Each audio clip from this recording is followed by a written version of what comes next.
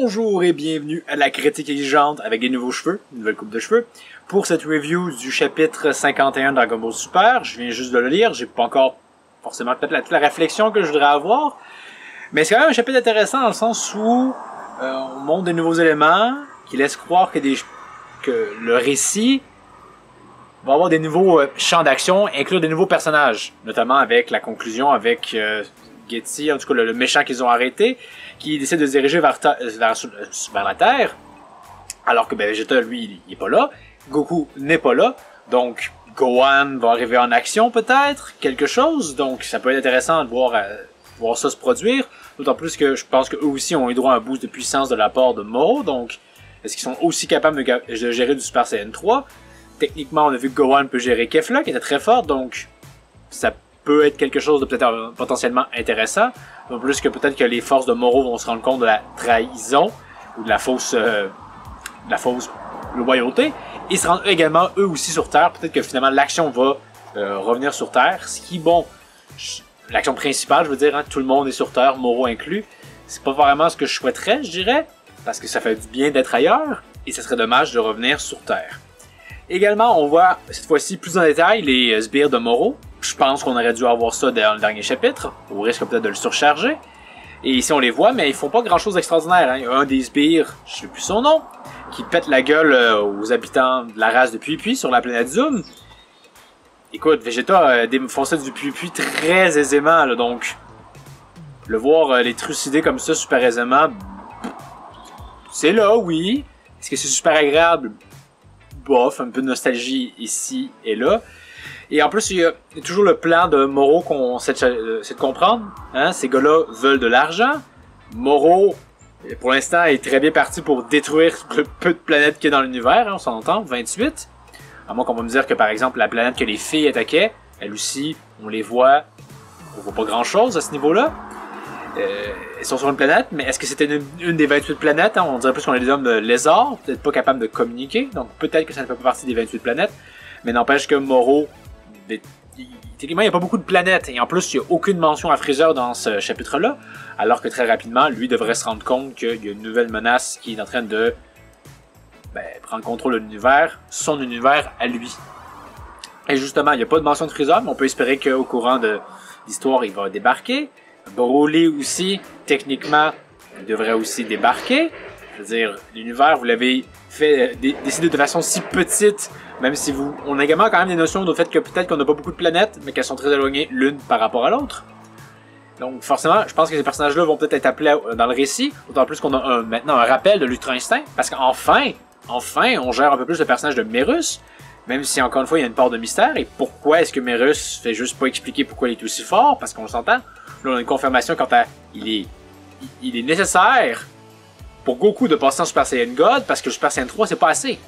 On parle de sacré haut niveau, et qu'un être aussi fort que ça soit ignoré dans l'univers, Dragon Ball, encore une fois, ça peut peut-être fonctionner à un certain point, mais écoutez, le Freezer dominait l'univers, il fait partie de la patrouille intergalactique, donc soit il est tout jeune, mais d'où est-ce qu'il tire une telle puissance, c'est tout aussi jeune, et également, simplement, une telle puissance, ça passe pas à côté.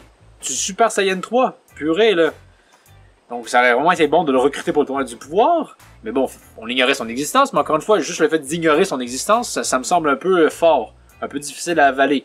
Mais c'est un problème inhérent si on voit Dragon Ball Super, c'est-à-dire que on avait Boo qui était la limite, et on ne cesse de s'en foutre, on fait même jusqu'à ridiculiser en fait le niveau divin. C'est vraiment un gros problème que Dragon Ball a et qu'on reconfirme à travers Merus, mais je suis quand même content que Merus va peut-être enfin prendre de l'importance au sein du récit, hein, c'est la critique que je faisais souvent, comme quoi c'est un personnage secondaire, et là Goku nous le dit carrément, hein? Tu pourrais être principal, t'as le niveau pour, fais-le! Et justement, on parle du retour de l'Ultra Instinct, donc on va le revoir. Goku dit que ça devrait pas être affecté par l'absorption d'énergie de Moro. Je dirais que non. T'as besoin d'énergie pour utiliser l'Ultra Instinct. Comme quoi l'Ultra Instinct devient juste un peu vraiment une espèce peut-être de possible carte passe-partout, hein? Ça fait ce qu'on veut.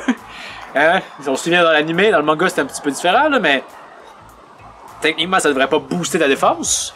Ben, à moins que tu arrives à esquiver le mouvement de façon quand même efficace. Et là, tu me dirais que ça permet aussi de, comme, pas de faire absorber ton énergie. Non, la manière, l'Ultra Instinct, ça fait pas absolument tout, là.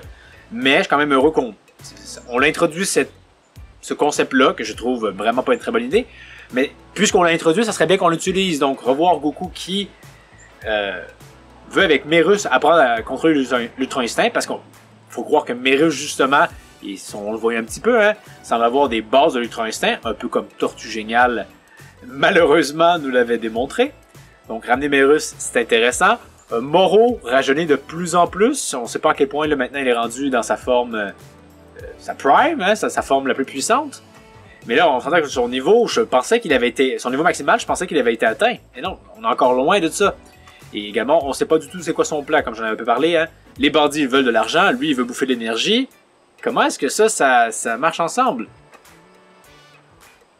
Je sais pas, mais définitivement, c'est un bon chapitre, malgré tout, parce que il y a plein de potentiel. Enfin, on vient justement, je pense, un peu remplir les critiques que je faisais. On nous montre de nouveaux personnages, bien que ça soit peut-être pas super fonctionnel. Hein, je parle surtout des sbires de Moro.